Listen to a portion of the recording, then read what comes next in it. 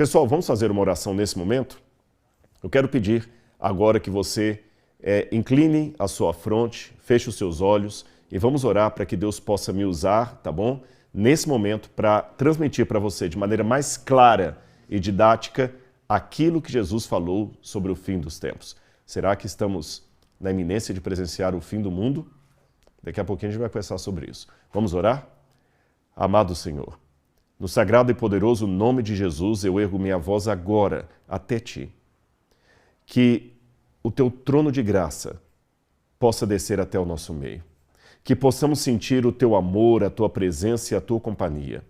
Que todos os que estão comigo nesse momento, ligados, Senhor, no Brasil ou no exterior, que possam de alguma forma sentir a companhia do Teu Santo Espírito. Que os anjos estejam conosco. Que eles possam participar com entusiasmo, possam ler a Tua palavra. E dá-me, Senhor, humildade e unção, para falar não algo de acordo com a minha cabeça, mas de acordo com o que está na Bíblia Sagrada. Que eles possam se apaixonar por esse livro maravilhoso, a Tua Bíblia, o Teu livro. Dá-nos a Tua paz, receba o nosso amor, em nome de Jesus. Amém, Senhor. Amém. Sua Bíblia já está aberta aí? Então vou começar mostrando uma passagem bíblica sobre o fim dos tempos, que tem um significado muito especial para mim. E eu poderia começar com outro texto, mas eu quero começar com esse aqui, e você vai entender por que eu escolhi esta passagem aqui. O livro de Mateus, você pode abrir na sua Bíblia para acompanhar, Mateus capítulo 25, versículo 31 em diante, diz assim: Quando o Filho do Homem vier na sua majestade e todos os anjos com ele, então se assentará no trono de sua glória. Todas as nações serão reunidas em sua presença e ele separará uns dos outros, como o pastor separa as ovelhas dos cabritos. Porá as ovelhas à sua direita e os cabritos à sua esquerda. Então o mestre dirá aos que estiverem à sua direita: Venham, benditos de meu Pai. Venham herdar o reino que está preparado para vocês desde a fundação do mundo. Porque eu tive fome e vocês me deram de comer. Eu tive sede e vocês me deram de beber. Eu era forasteiro e vocês me hospedaram. Eu estava nu e vocês me vestiram. Enfermo e me visitaram. Preso e foram me ver. Então os justos perguntarão: Quando foi que vimos o Senhor com fome e lhe demos de comer, ou com sede e lhe demos de beber? E quando foi que vimos o Senhor como forasteiro e o hospedamos, ou nu e o vestimos? Quando foi que vimos o Senhor enfermo ou preso e fomos visitá-lo? O mestre respondendo lhes dirá: Em verdade lhes digo que, sempre que o fizerem a um desses pequeninos irmãos, foi a mim que o fizeram. É triste a continuação desse relato, porque Jesus dirá algo semelhante, porém às avessas, para aquele outro grupo representado pelos cabritos que estarão do outro lado. Ele dirá: Vocês apartem-se de mim, porque eu não conheço vocês. Porque eu tive fome, vocês não me deram de comer, tive sede, não me deram de beber, eu tive nu, vocês não me vestiram, estive preso, não me visitaram. E eles também perguntarão: Quando é que nós deixamos de fazer isto? E ele falará: Todas as vezes que vocês deixaram de fazer isso a um pequenino, vocês deixaram de fazer a mim. Meus irmãos, se a pregação do Evangelho não tiver eficácia na fraternidade, isso aqui é puro blá blá blá. Isso aqui nem é teologia, é teologismo. A fé sem obras, diz Tiago, é morta. As obras não são o meio, nem a causa da nossa salvação, mas são o resultado dela. Eu não vou praticar a caridade para ser salvo. Porém, uma vez que Jesus me salvou, é esperado que eu pratique a caridade. Você entendeu?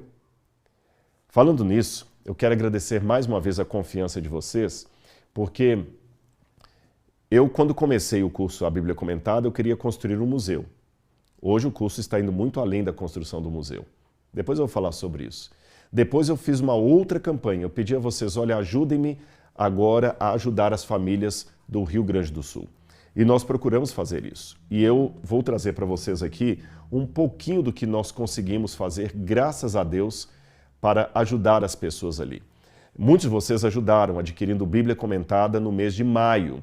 E nós fizemos uma promessa que nós iríamos enviar o lucro do Bíblia Comentada para ajudar as famílias no Rio Grande do Sul. Iríamos fazer isso através da ADRA, para que tivéssemos a certeza que isso chegaria da maneira mais correta às pessoas de fato. O processo ainda está continuando. O que eu vou mostrar para vocês daqui a pouquinho de relatório não é algo estanque que fizemos uma vez e já parou. Não, ainda está em processo, tá certo? Vou dar um relatório em números para você.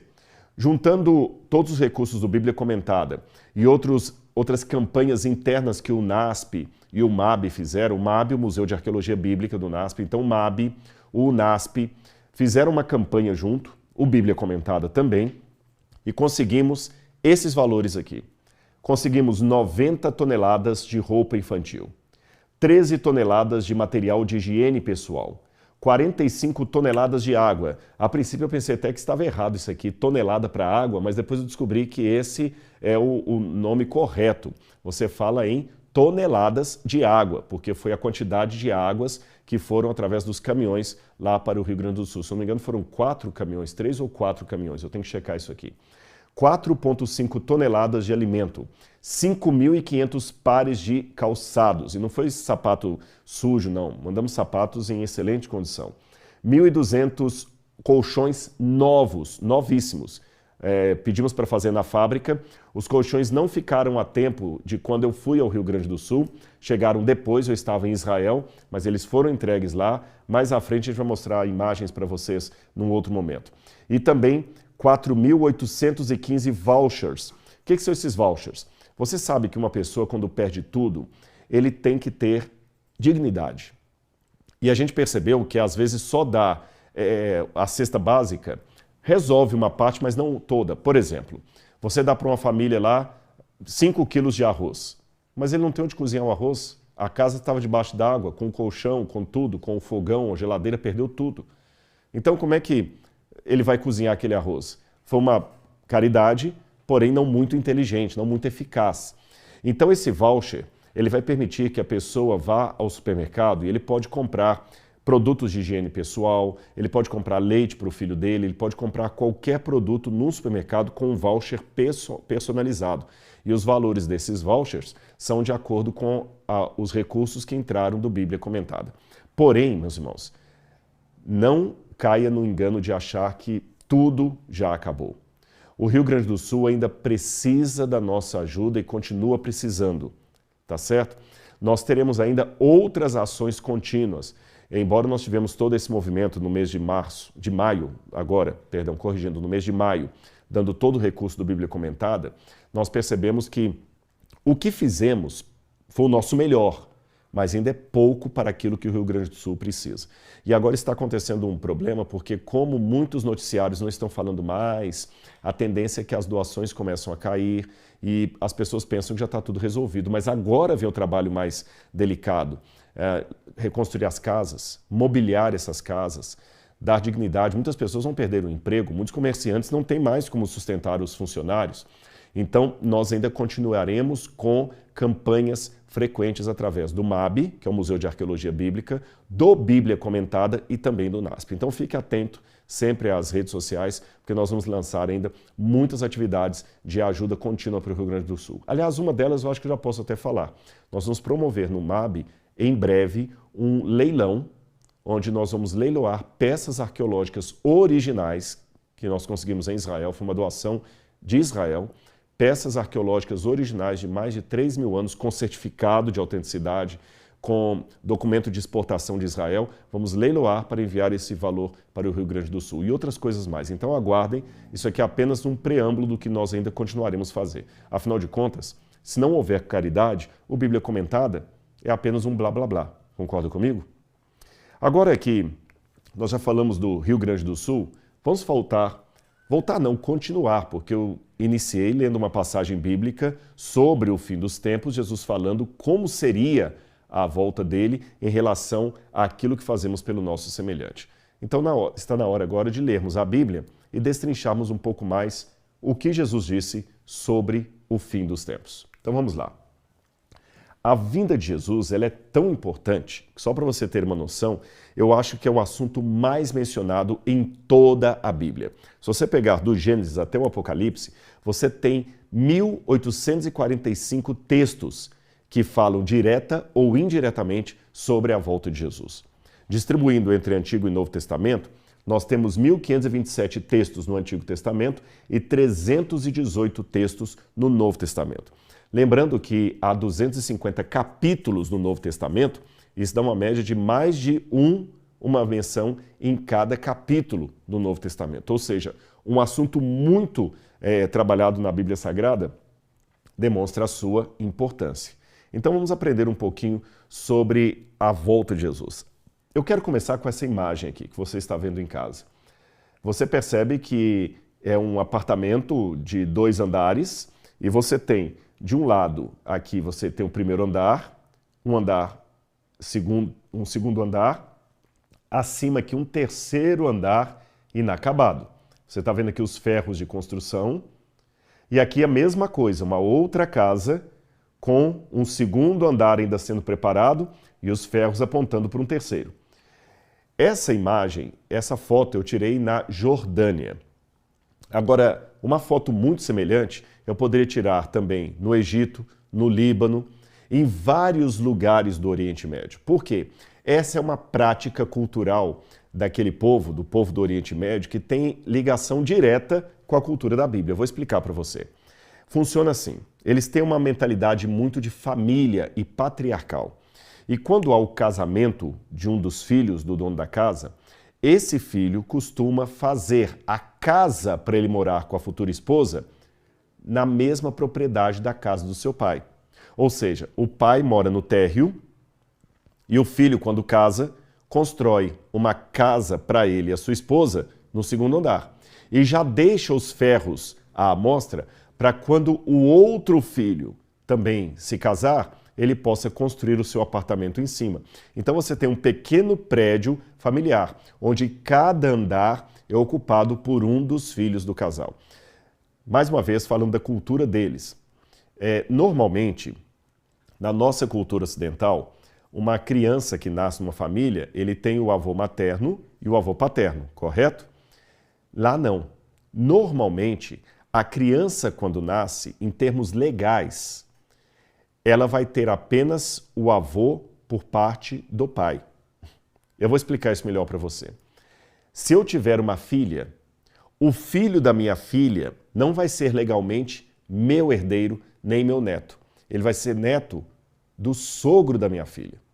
Porque os filhos que a minha filha gerar vão dar descendência para o sogro dela. E os filhos que o meu filho gerar é que vão dar descendência para mim. É assim que funciona. Então, quando um rapaz casa com uma moça, ele tem que pagar um dote, isso é muito importante, ele tem que pagar o dote para tirar a filha da casa do pai dela e levá-la para a casa que ele construiu lá no terreno do pai dele. Você entendeu a dinâmica? Eu sei que falando assim, muitas mulheres que estão me ouvindo vão ficar horrorizadas, mas parece que está precificando a mulher, agora é material que compra na loja. Olha para você ver como é que a cultura muda. Eu estava certa vez conversando sobre esse assunto com algumas meninas lá no Cairo, lá no Egito. E eu não consegui convencê-las da nossa cultura ocidental. Eu lembro até hoje algumas delas falando assim, mas que absurdo, como é que uma menina brasileira tem a coragem de casar com um jovem que não pagou nem um tostão para casar com ela? Na cabeça dela, ela não foi valorizada. Eu vou explicar numa outra forma para você entender essa questão do dote. Veja bem, se a minha filha não vai dar descendentes para mim, em si para o sogro dela, tirar a minha filha de casa é me privar de uma joia rara que eu tenho. Correto? Concorda comigo?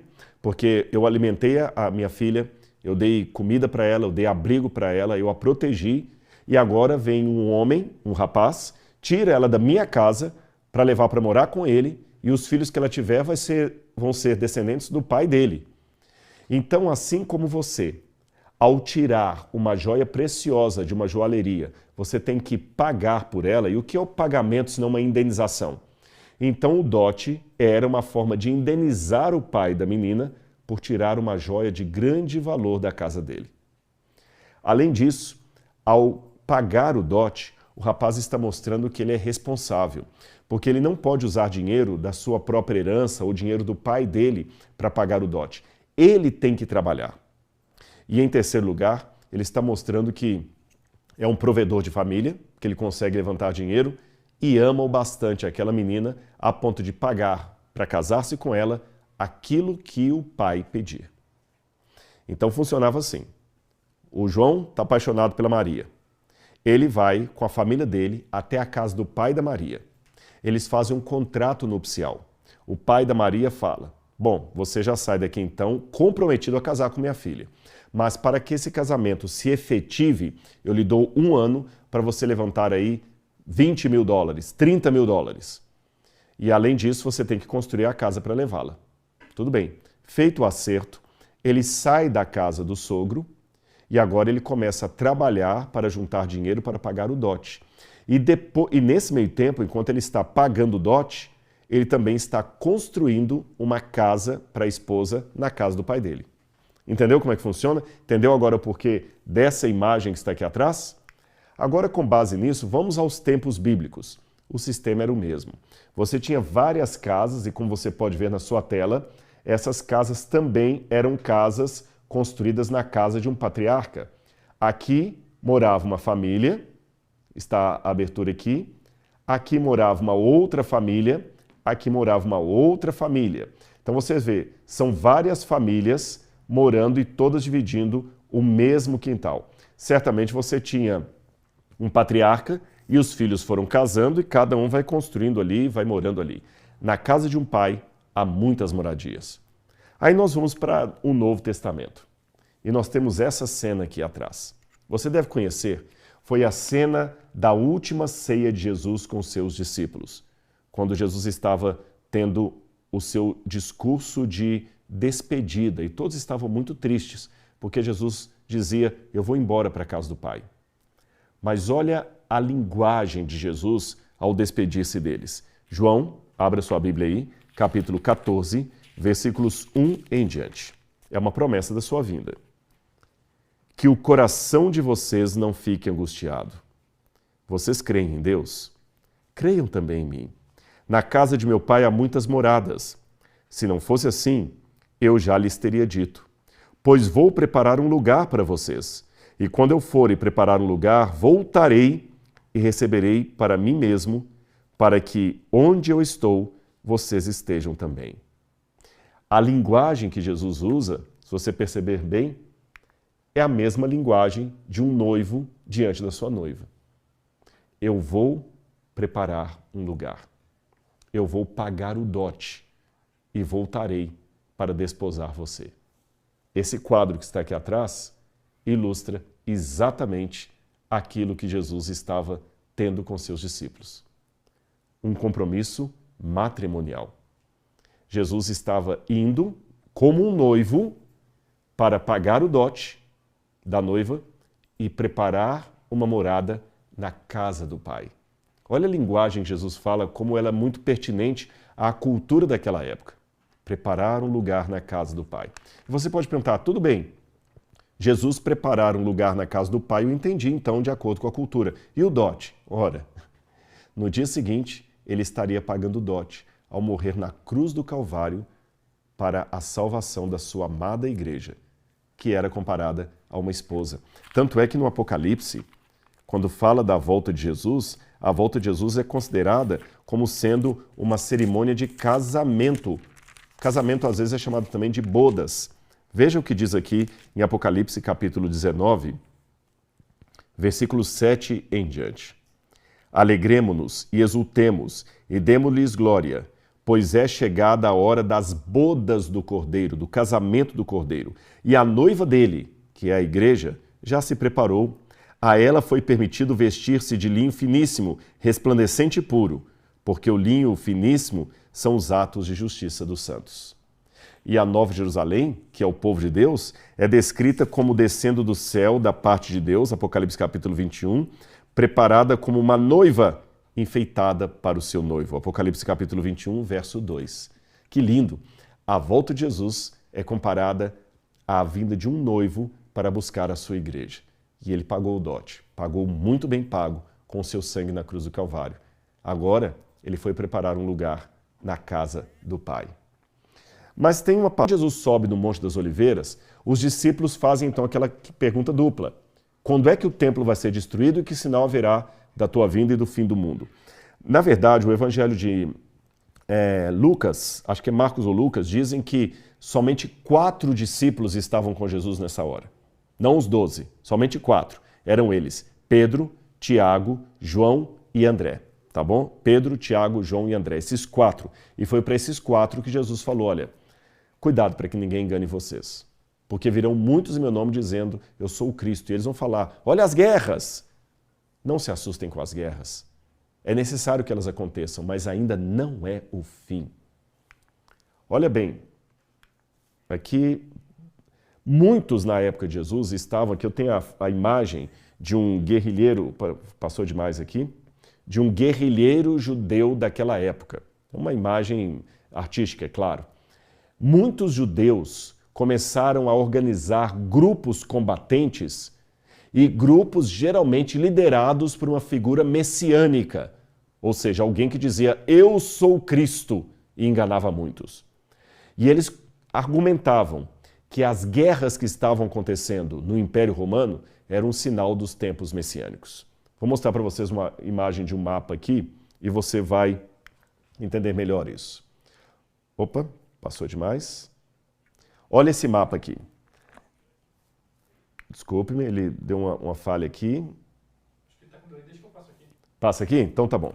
Olha, volta esse aqui. Eu vou deixar até o mouse aqui, ó, se vocês quiserem depois testá-lo aí. Aqui é um mapa do Império Romano. Você está vendo em casa? Eu estou na câmera aberta aqui, está dando para o pessoal ver bem aí? Todas essas chamas que estão aqui são focos de rebelião, de guerra civil e de insurreição que houve no Império Romano. O Império Romano ficava lutando... Opa, já estamos com 7.500, 1.500 pessoas a mais. Glória a Deus por isso. Podemos aumentar ainda mais, tá bem? E você que está chegando agora, abra sua Bíblia em Mateus capítulo 24, que eu estou explicando o que Jesus disse sobre o fim dos tempos. Tá bom? Nós estamos lendo Mateus capítulo 24, onde Jesus falou que eles não deveriam ficar enganados porque surgiriam muitos cristos em nome dele, enganariam a muitos. E Jesus falou, vocês vão ouvir falar de muitas guerras e rumores de guerras, mas não se assustem porque é necessário que isso aconteça. Historicamente, o que Jesus falou se encaixa com o contexto histórico. Por quê? Como eu falei, aqui está o Império Romano e havia vários focos de rebelião. Então, aproveitando esses focos de rebelião que havia no Império Romano, aqui no território dos judeus, muitos líderes revolucionários pegavam em armas e falavam assim, olha, Roma vai cair. Roma vai cair. Tenho certeza disso. E nós vamos vencer, porque eu sou o Messias.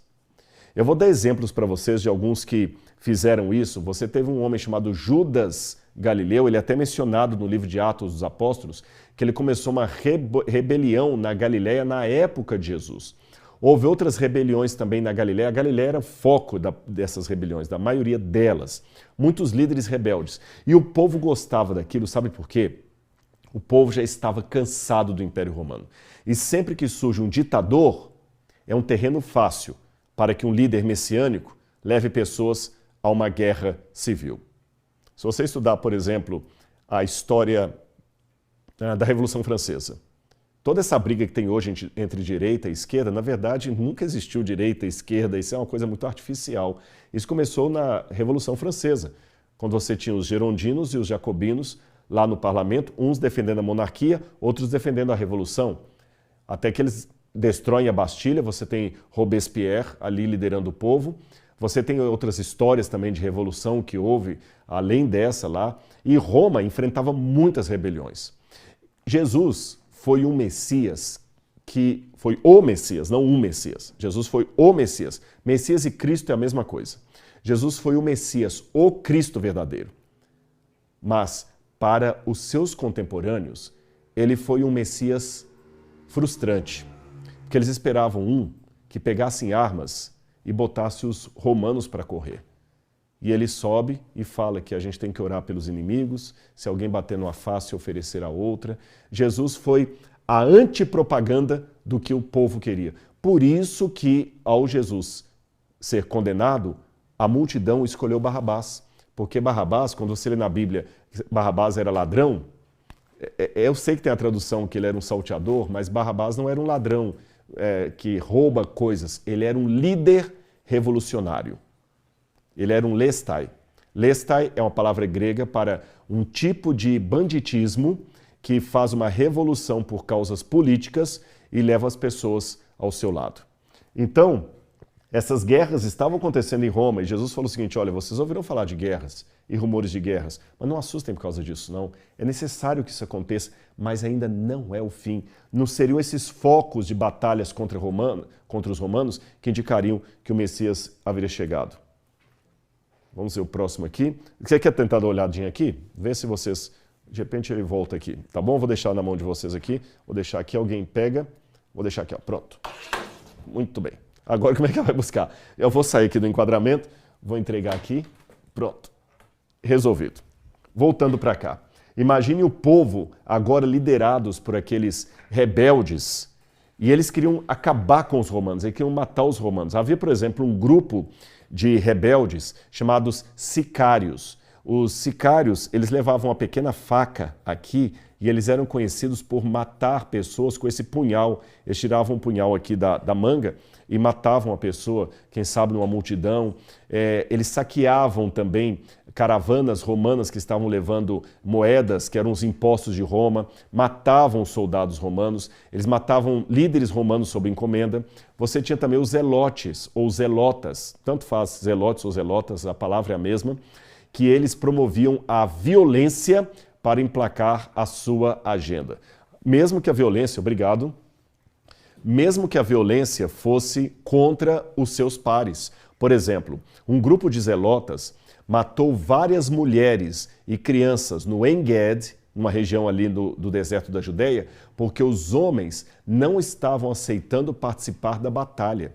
Numa outra feita, quando eles estavam em Jerusalém, eles botaram fogo nos armazéns de comida para que a população faminta aceitasse se unir ao seu exército. Era contra esses líderes que Jesus estava se levantando. E muitos deles tinham pretensões messiânicas, se diziam os cristos. Já falei do Judas da Galileia, vou citar outros para vocês. Aqui você tem, no ano 66, depois de Cristo, até o ano 73, a chamada Primeira Revolução Judaica. Essa Revolução Judaica contra Roma, ela começa quando João de Giscala, ele pega um exército, ele toma a fortaleza de Massada. Depois que ele toma a fortaleza de Massada, ele vai e toma Jerusalém. Jerusalém fica dominada pelos rebeldes. Desde o ano 66 até o ano 70, quando Jerusalém será destruída. E esse João de Giscala estava dominando Jerusalém. Aliás, ele estava tão eufórico como o novo administrador de Jerusalém, que ele chegou a promover a cunhagem de uma moeda judaica. Vou mostrar para vocês. Nós temos dela no nosso Museu de Arqueologia. Aqui tem uma foto dela. Ela traz um vaso, como se fosse um cântaro, e ela traz em hebraico a inscrição que diz pela liberdade de Sião. Pela liberdade de Sião. Eles cunharam várias dessas moedas. Depois houve brigas internas e o João de Giscala também foi ameaçado no seu poder, e quem vai assumir o controle será Shimon Bar Giora. Esse Shimon Bar Giora, ele ficou com luta armada, liderando Jerusalém, até o momento em que ela foi destruída no ano 70. Então Jesus disse, cuidado com esses falsos cristos, porque eles vão apelar para a guerra como sendo a forma de implantar o reino, e o meu reino não será pela violência. Não será como eles querem. Então Jesus já estava prevenindo os seus contemporâneos do que haveria de acontecer em Jerusalém. Mas calma, lembra que eu falei que ele fala da destruição de Jerusalém, da sua vinda, da destruição de Jerusalém, da sua vinda. Ele não tinha uma mensagem só para eles. Esta mensagem também vale para nós que estamos vivendo hoje aqui. Tá certo? Não é uma visão preterista da Bíblia. Ah, só naquele tempo não tem nada a ver com o futuro. Não, tem a ver com o futuro sim. É interessante que as últimas moedas que eles cunharam, eles mudaram o lábaro, pela liberdade de Sião para pela redenção de Sião. E alguns comentaristas acreditam que esse momento em que eles começaram a cunhar moedas pela redenção é que eles começaram a entrar em desespero. Sabe por quê? Roma mandou tropas da 10ª Legião Fretenses para cercar a cidade de Jerusalém. E os que estavam dentro sabiam que era uma questão de tempo, de dias, e eles morreriam de fome. Agora imagina, Jerusalém cercada de exércitos, todo mundo desesperados. Shimon Bar Giora, com seus liderados, estava tentando convencer as pessoas que ele era o Messias e que Deus não deixaria Jerusalém ser destruída. Por quê? Obviamente, se Jerusalém era a cidade sagrada e o Messias estava ali com um exército, os romanos não poderiam ser vitoriosos. Para ser, assim, historicamente preciso com você, Flávio Joséfo conta a história de Shimon Bar Giora e Flávio Joséfo não chama Bar Giora de Cristo, de Messias. Porém, a maneira como ele descreve o comportamento de Bar Giora, bem como de João de Giscala, Judas da Galileia, demonstra que todos esses tinham sim uma pretensão messiânica. Eu sou o Cristo. E estavam enganando a muitos. Sabe por quê? Os cristãos que estavam em Jerusalém e também na Judeia viram Jerusalém cercada de exércitos e tiveram uma compreensão diferente. Eu vou explicar e você vai entender. Aqueles que seguiam o Bar Giora viram Jerusalém cercada de exércitos e falaram assim: os romanos não vão destruir Jerusalém porque o nosso Messias, João de Giscala, disse que Jerusalém seria protegida. Shimon Bar Giora disse que seria protegida. Então os exércitos não vão destruir Jerusalém. Porém, os seguidores de Jesus de Nazaré tinham uma compreensão diferente. Jerusalém vai ser destruída sim, porque Jesus, há 30 anos, 35 anos, 40 anos antes, Jesus havia dito que Jerusalém seria destruída. Ele falou que nesse templo não ficaria pedra sobre pedra que não seria derrubada. Imagina nesse momento um cristão dentro de Jerusalém, com Jerusalém cercada de exércitos. E o pessoal triunfante falou: os romanos vão sair vazados daqui porque nós vamos destruí-los, porque Jerusalém está com seu Messias. E aquele seguidor de Jesus fala assim: não, gente, Jesus de Nazaré, o profeta que vocês mataram, ele disse que aqui não ficará pedra sobre pedra que não seja derrubada. Esse pessoal ia querer matar Jesus, matar o seguidor de Jesus, ia apedrejá-lo, não ia ter vez para ele. Olha o que Jesus falou em Mateus capítulo 24, versículo 15. Quando vocês virem, situado no lugar santo, o abominável da desolação de que falou o profeta Daniel, então os que estiverem na Judeia, fujam para os montes. Quem estiver no terraço, não desça para tirar coisa alguma, e quem estiver no campo, não volte atrás para buscar a sua capa. Ai das que estiverem grávidas e das que amamentarem naquele dia. Orem para que a fuga de vocês não aconteça no inverno, nem no sábado. O Evangelho de Lucas é mais preciso ainda, ou mais claro em mostrar a profecia de Jesus. Mateus coloca: quando virem o abominável da desolação no lugar santo, ou seja, algo de sacrilégio no santuário, a bandeira romana que estava ali. Mas Lucas é um pouco mais histórico na fala de Jesus. Olha como é que Lucas repete as palavras de Jesus. Lucas capítulo 21, versículo 20.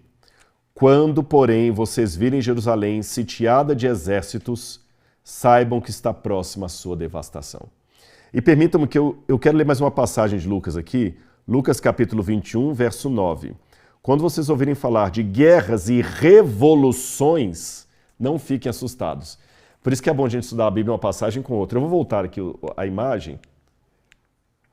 Olha o que Lucas diz. Quando vocês ouvirem falar de guerras e revoluções, e já está exatamente o que eu tinha falado com vocês, não se assustem. E Lucas continua dizendo: quando vocês virem Jerusalém cercada de exército, saiba que será chegada a sua devassidão. Então fujam. Mas aí tinha um dilema. Como é que nós vamos fugir se o exército está em volta? Aconteceu uma coisa curiosa quando a 10ª Legião Fretenses cercou Jerusalém no ano 70. Quem estava no comando ali da tropa era Vespasiano. Só que Vespasiano recebeu a incumbência de voltar para Roma, porque ele foi aclamado como o novo imperador. Então ele saiu, e o que aconteceu com o exército? Recuou. Quando o exército romano recuou, houve dois pensamentos ou duas interpretações nas ruas de Jerusalém. O primeiro grupo, aquele que estava seguindo o Bar Giora, disseram, viu? Bar Giora disse que Jerusalém não seria destruída. Eles fugiram com medo de nós. Vencemos. Esse é o grupo que seguiu aquele falso Cristo. Os que seguiam a Jesus de Nazaré falaram assim, não. Jesus falou que quando víssemos Jerusalém cercada de exércitos, nós deveríamos fugir e nem voltar para pegar nada. Vamos aproveitar que eles se afastaram e vamos fugir. Sabe o que aconteceu de acordo com a história? Pouco tempo depois, o exército romano voltou, dessa vez sob o comando do general Tito, e aqueles que tinham fugido de Jerusalém, nesse meio tempo que o exército se afastou, livraram sua própria vida e da sua família. E os que ficaram ali acabaram perecendo. Flávio Joséfo diz que muitos morreram de fome e que algumas mulheres chegaram a devorar os seus próprios bebês. Tamanha era a fome de quem estava ali. E no final eu tenho esse quadro aqui, um Caravaggio que ilustra com cores muito fortes a destruição do templo no ano 70. O Bar Giora chegou a se esconder nas pedras do templo porque ele achava que Deus não deixaria destruir o templo. E depois ele foi levado em humilhação para Roma e foi executado em Roma. Aliás, se você visitar a Itália hoje e for a Roma, perto do Coliseu você tem dois arcos do triunfo. Tem um arco do triunfo de Constantino, que está bem coladinho assim no Coliseu. Depois você tem o Fórum Romano. Quem já foi para Roma, deixa até nos comentários se já viu isso que eu estou falando. Lá do outro lado tem outro arco do triunfo, onde você tem na parede isso aqui, olha. E sabe o que é isso aqui? Olha aqui o que eu estou mostrando para vocês. São os romanos levando os espólios de guerra da cidade de Jerusalém. Tá vendo? Quando eles destruíram o templo, exatamente como Jesus havia dito que aconteceria. Agora, continuando o que Jesus falou, eu li para vocês que logo em seguida ele fala, Mateus capítulo 24, verso 7. Vou dar tempo para você abrir sua Bíblia, tá bem? Já estamos com 8.500, eu quero chegar a 10.000. E você que está chegando agora, nós estamos estudando o que Jesus disse sobre o fim dos tempos. O pessoal já está com a Bíblia anotada aí, fique tranquilo que eu vou sempre voltar aqui para que você não perca nada. Ah, mas eu peguei na metade, eu vou desistir. Não assista, porque ainda tem muita coisa importante para dizer com vocês aqui, tá bom? Vamos estudar a palavra de Deus. Agora, alguém pode perguntar, e o arrebatamento? Você já viu essa imagem aqui? Tem carros que colocam esse, não é que chama quando prega no vidro assim? Adesivo. Cuidado, em caso de arrebatamento, esse carro sairá desgovernado. Eu vou confessar uma coisa para vocês aqui que eu acho que eu não falei ainda. Presta atenção, eu vou abrir o coração. Minha esposa está aqui ouvindo isso, porque foi ela que falou isso no meu ouvido muitas vezes com outras pessoas. Quando eu lancei lá atrás o Bíblia Comentada, daqui a pouquinho eu quero falar mais uma coisinha sobre a volta de Jesus. Quando eu lancei o Bíblia Comentada lá atrás, eu fiquei com muito receio. Não vou mentir, olha, a primeira vez que eu estou abrindo tanto o coração na internet assim. Porque eu fiquei com medo das pessoas pensarem que eu estava mercadejando a palavra de Deus. Essa palavra é muito feia, mercadejando, vendendo a palavra de Deus. Eu resisti. Quando falaram comigo assim, Rodrigo, faça um curso da Bíblia para construir um museu, eu falei, não, o pessoal vai interpretar mal, vai pensar que agora eu virei mercenário. Rodrigo, me disseram, um amigo meu falou, professor aqui da escola, e a Laura, meu amor, acho que não. Você pode falar, as pessoas conhecem o seu caráter, você já mostrou isso na internet. Olha quanta coisa você coloca de graça na internet. Agora, até para que haja um valor àquilo ali, é importante, lance o curso. O NASP aprovou, lançamos o curso. Sob que argumento? Verdadeiro. Eu quero construir um museu. Mas, à medida que o curso da Bíblia Comentada foi evoluindo, as pessoas começaram a mandar mensagem assim, escuta, e quando o museu estiver pronto, você vai nos abandonar? Outros escreviam assim, poxa, esse curso é tão bom que eu não preciso nem de museu.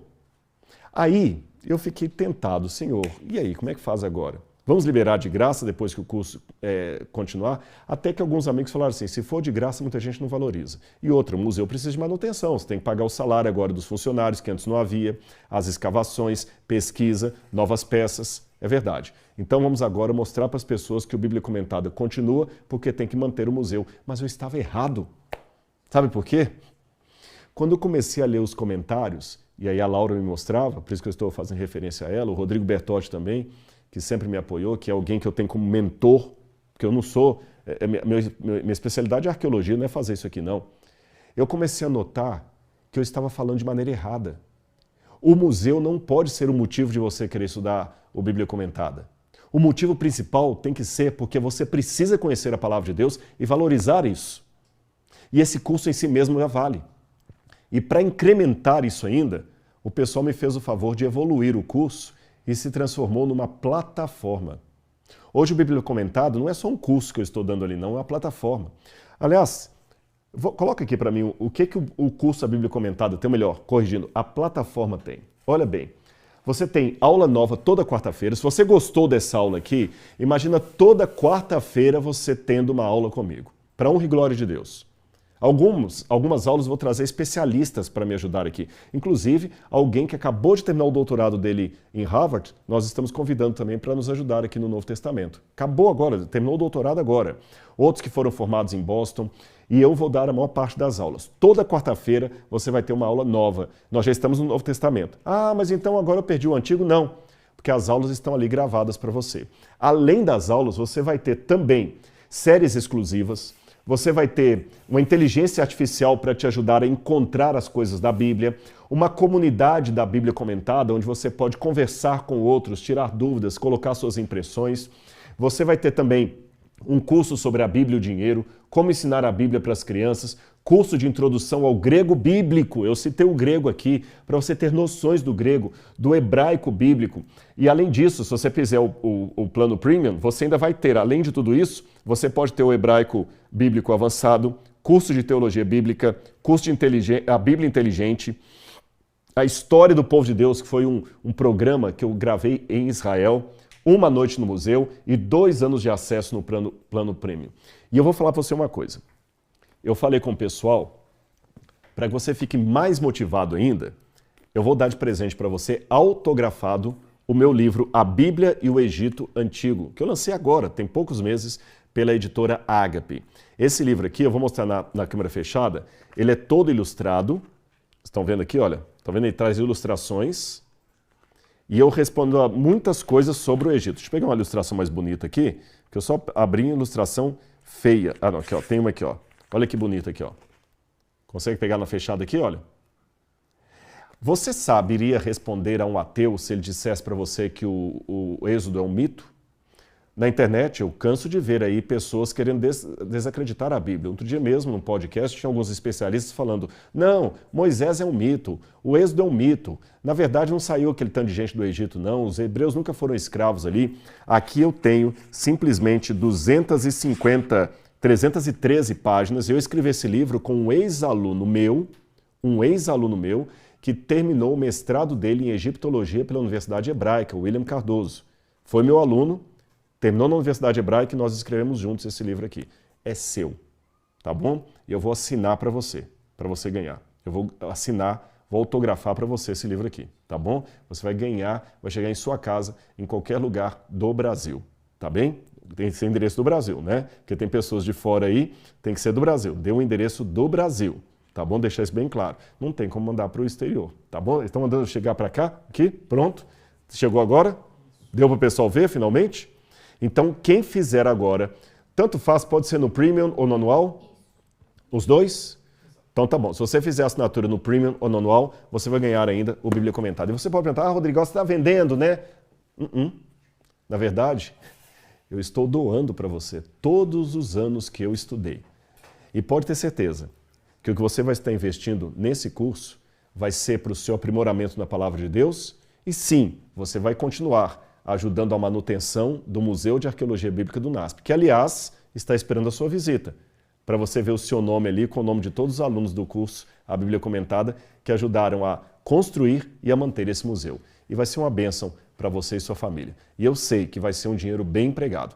E, aliás, continuando, nós não vamos esquecer dos nossos irmãos gaúchos. O Bíblia Comentada e o museu vai continuar mandando recursos para o Rio Grande do Sul, inclusive hoje, tá bom? O quê? Ah, sim, é importante, está uma bateria fraca que eu não consigo ler. Promoção limitada até fim de junho. Ah, então é importante dizer isso, não estava esquecendo. É só até o final de junho, tá bom? Até o final de junho, aí eu não sei quantos livros eu vou ter que assinar. Talvez me colocarem em maus lençóis. Se vieram 300, 400, eu vou ter que assinar 300, 400 livros. Mas eu prometo, vou assinar um por um para você. Pessoal, muito obrigado por sua participação. Que a graça e a paz de Jesus estejam com você. Esqueci de alguma coisa? Não? O link está na descrição. Ah, é o link. Como é que compra o livro? É verdade. O link está na descrição, tá bom? Você pode, o link não, como é que você pode comprar o Bíblia Comentada e ganhar? Ah, e tem o QR Code. Eu esqueci. Clica aqui do lado. Ah, que bonito, ó. Tá bom? Você pode também colocar. Se você está vendo com o celular, não vai ter como pegar o QR Code aqui, tá bom? Aí você vai no link, tá bom? Se você está vendo pela tela da sua TV ou do computador, aí você pode pegar esse QR Code que está aqui do lado. Eu já estava esquecendo do QR Code. Obrigado, gente. Foi muito bom estar com vocês. Eu espero que tenha sido válido esse resumo que eu passei aqui da volta de Jesus, mas ainda tem muita coisa para passar para você no Bíblia Comentada. Fique com Jesus, beijo no coração, que a graça e a paz do Senhor estejam com você.